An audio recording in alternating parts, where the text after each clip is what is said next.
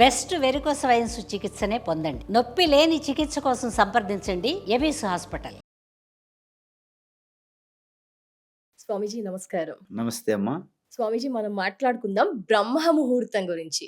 బ్రహ్మ ముహూర్తం గురించి చాలా మందికి అవేర్నెస్ వచ్చింది, చాలా మంది ఫాలో అవుతున్నారు, కొందరు ఫాలో అవ్వలేకపోతున్నారు.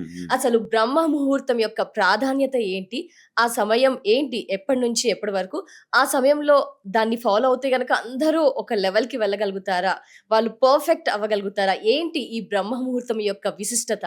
ఇది కూడా చాలా మందిలో ఉన్నటువంటి సంశయం. ఇది బ్రహ్మ అంటే ఏంటంటే ద బిగ్, బృహత్తమత్వాత్ బ్రహ్మ. బృహత్తమత్వాత్ బ్రహ్మ అంటే దానికంటే పెద్దది సృష్టిలో ఉండదన్నమాట. అదేవిధంగా అనోరణీయాం, దానికంటే చిన్నది కూడా సృష్టిలో లేదు. అంటే అర్థం ఏంటి? Smallest of the small, biggest of the big అంటే ఆల్ పర్వేడింగ్, సర్వవ్యాపి అని అర్థం. ఓకే అమ్మా. ఏవైతే సృష్టి అంతా కూడా ఆ యొక్క సర్వవ్యాపి బ్రహ్మ మీదే సృష్టి వస్తుంది, ఉంటుంది, పోతుంది. తెర పైన సినిమా వస్తుంది, ఆడుతుంది, పోతుంది. అంటే తెర గనక మనం బ్రహ్మ అనుకుంటే ఆడుతున్న సినిమాలే సృష్టి, అలాగా మీరు అర్థం చేసుకోవాల్సి ఉంటుంది. తెరని బ్రహ్మగా మీరు ఊహించినప్పుడు ఆడుతున్న సినిమాలు అనేవి సృష్టి, స్థితి, లయ లాంటివి అనమాట. Morning show, matinee show, evening show, సృష్టి, స్థితి, లయ. Okay, that is Brahma. So ఆ బ్రహ్మ అనేది పుట్టుక లేదు, మరణం లేదు. అంటే నేను అహం అనే రూపంగా, ఆత్మరూపంగా ఉన్నదే బ్రహ్మ. ఇది బ్రహ్మ యొక్క నిర్వచనం. దానికి కనెక్ట్ అవ్వడానికి మనకు మన స్వభావం ఏంటి? ప్రకృతి 3 గుణాలు: సత్వగుణము, రజోగుణము, తమోగుణము. ఈ తమోగుణం అనేది అలసట, నిద్రలో లాగేస్తుంది.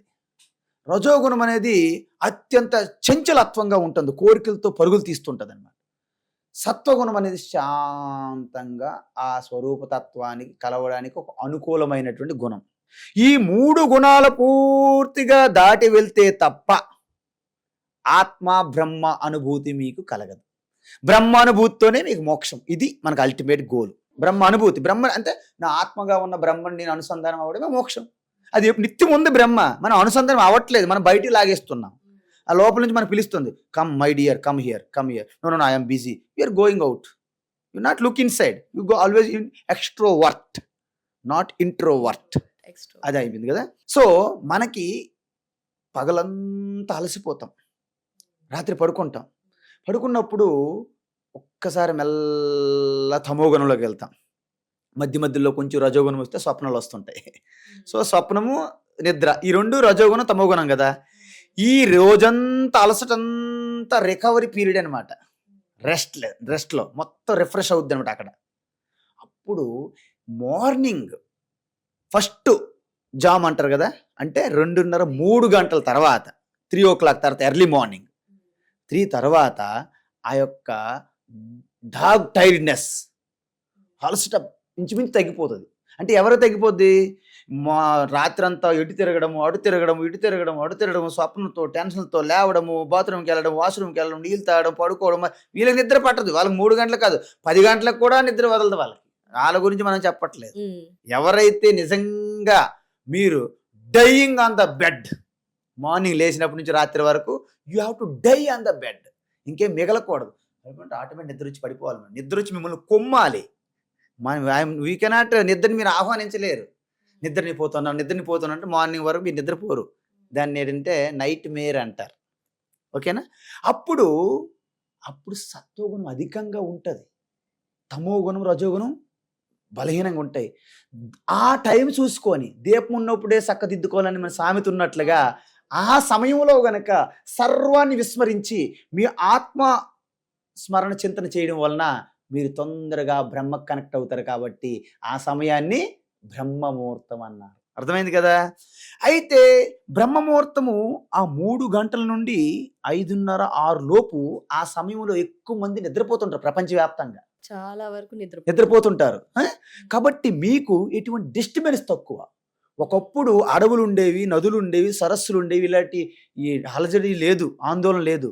కాబట్టి బ్రహ్మముహూర్తం అనేది నిజంగా ఉండేది. ఇప్పుడు బ్రహ్మముహూర్తం అనేది పూర్తిగా లేదు. మనం అనుకుంటాను, మనం లెక్కలేసుకుంటాం. ఎందుకు లేదంటే నేను 3 గంటలు వేస్తుంటే లారీలు, బస్సులు జూ జూ జూ జూ వెళ్తున్నాయి. ఇంక బ్రహ్మముహూర్తం ఎక్కడ ఉన్నది? నేను కూర్చుంటే లారీ సౌండ్లు, బస్ సౌండ్లే. అంటే ఆ టైంలో దేవుళ్ళు ఆశీర్వదిస్తారు ఒక వ్యక్తి మీద అది కాదు, ఏమీ లేదు. మొత్తానికి ఒకటే బ్రహ్మతత్వము ఆత్మస్వరూపం వ్యాపించి ఉన్నది. దాని నుండి దేశము కాలం అనేది ఒక మాయా ద్వారా ప్రపంచ సృష్టి వస్తుంది. మాయా కల్పిత దేశ కాల కలన వైచిత్ర చిత్రీకృతం. ఈ దేశము కాలము ఆ బ్రహ్మతత్వముని సినిమాలాగా ఒక స్వప్నంలాగా ప్రకటన అవుతుంది.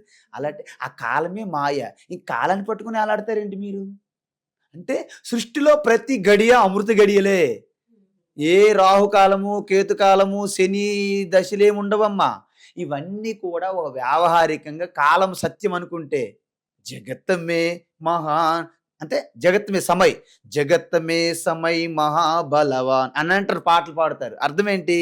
ఈ కాలమే నిజం అనుకొని బ్రతుకుతున్న వారికి కాలమే సత్యం అవుతుంది. కాబట్టి అన్ని సత్యమే అవుతాయి. కానీ 24 గంటల్లో 24 గంటలు అమృత గడియలే. వారం రోజులు 7 రోజులు అమృత గడియలే. 365 రోజులు అమృత గడియలే. మీకు అసలు ముహూర్తం అక్కర్లేదు, తీర్థం అక్కర్లేదు. మీరు నిజంగా ఆ బ్రహ్మని కనెక్ట్ అయి ఉంటే, ఆ తత్వాన్ని గుర్తించి చింతన చేసుకున్నాడు ముహూర్తాలు ఉండవు. ఏ టైం అంటే ఆ టైమే అమృత గడియవ అని ముహూర్తాలు మీకు అక్కర్లేదు. మీకు అసలు ఎవరు అక్కర్లేదు. ఇంకా అది మనం లేదు కాబట్టి వీటి మీద ఆధారపడుతున్నాం. ఎవరికి డబ్బులు లేనివాడికి లాటరీ మీద ఎక్కువ ఆధారపడతారు. ఎందుకంటే లాటరీ నుంచి ధనవంతుని అయిపోతుంది ఏమన్నా భ్రమ ఉంటే ఎందుకు లాటరీ మీద ఆధారపడతారు మీరు? కాబట్టి బ్రహ్మ ముహూర్తం అది. ఆ సమయంలో సాధన చేస్తే మామూలు సమయం ఏమవుతుంది? 6 గంటలు అయింది అనుకోండి, మెల్లగా సూర్యోదయం ఉషాకిరణాలు వస్తాయి. మీలో ఆ యొక్క రజోగుణం మేల్కుంటుంది.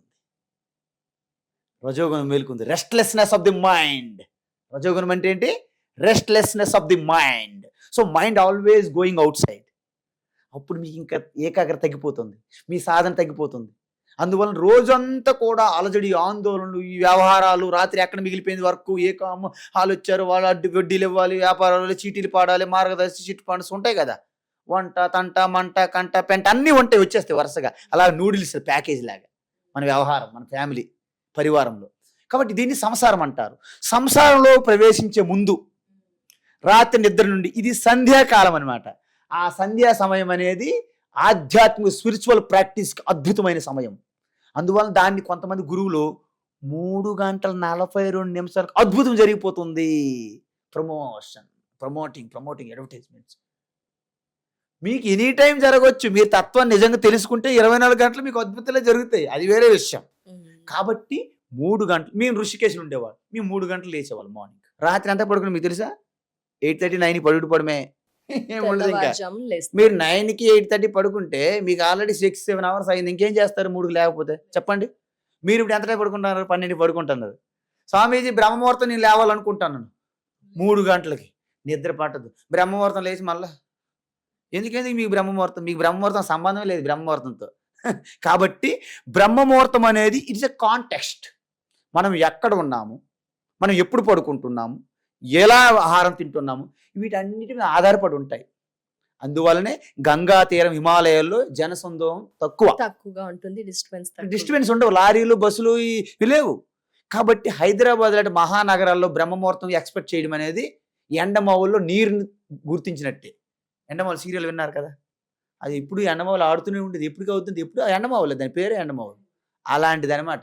సో బ్రహ్మముహూర్తం కూడా పర్సన్కి, దేశము, కాలానికి మారిపోతుంది. వాస్తవానికి బ్రహ్మముహూర్తం అంటే ఏంటంటే ఎటువంటి డిస్టర్బెన్స్లు అవుట్ సైడ్ నుంచి లేకుండా మీరు అంతర్ముఖంలో ప్రయాణించడానికి ప్రశాంతంగా ఉన్న వాతావరణాన్ని బ్రహ్మముహూర్తం అంటారు. అది మనం క్రియేట్ చేసుకోవచ్చు, బ్రహ్మాండం చేసుకోవచ్చు.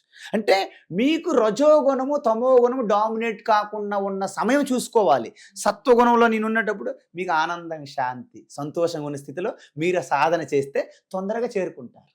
అందుకే కదా మహాశివరాత్రి, ఏకాదశి వ్రతాలు అన్ని పెట్టారు. ఆ సమయంలో దానం చేయండి, మిగతా వాడికంటే 100 రెట్లు ఎక్కువ అని మీకు ఉత్సాహం నింపుతారు గురువులు. అదే యథార్థం అనుకోకూడదు. మన పేదరాజు పెద్దమ్మలంగా మన నాన్నమ్మ చిన్న చిన్న కథలు చెప్తారు చిన్నప్పుడు. అవి అద్భుతాలు, మనలో ఒక ఉత్సాహం, ఇన్స్పిరేషన్, స్ఫూర్తి కోసం. తర్వాత పెద్ద అయినప్పుడు అవే ఊరికే అనిపిస్తాయి మాకు. ఇవి కూడా బుల్లి తెర మీద కథలు లాంటివి. కాబట్టి బ్రహ్మముహూర్తం అనేది అద్భుతం, అది ఉంది. కాకపోతే ఆ సమయం ఎందుకు పెట్టారంటే ఆ సమయం ఋషులు, యోగులందరూ సాధన చేసుకునే సమయం. ఎందుకంటే వారు 8:30, 8 గంటలకు పడిపోతారు. వాళ్ళ భిక్షలు 6:30కి ఈవినింగ్ 7 గంటల లోపు, 8 గంటలు 8:30 పడిపోతారు. ఎర్లీ మార్నింగ్ 3 o'clock లేస్తారు, సాధనే కదమ్మా. ఇప్పుడు ఎవరు మనం తినట్లేదు, అప్పుడు మనం ఇంకా స్టవ్ కూడా ఆన్ చేయట్లేదు చాలా మంది 8 గంటలకు రాత్రి. కాబట్టి బ్రహ్మముహూర్తం అనేది పర్సన్ టు పర్సన్, మనం ఉన్న ప్రదేశంకి చుట్టూ ఉన్న వాతావరణం అన్నిట్లో ఆధారపడి ఉంటుంది. బట్ ఎవరికి వారు క్రియేట్ చేసుకోవచ్చు అని తెలియజేశారు. ధన్యవాదాలు స్వామీజీ. తప్పకుండా. నమస్కారం. హరి ఓం.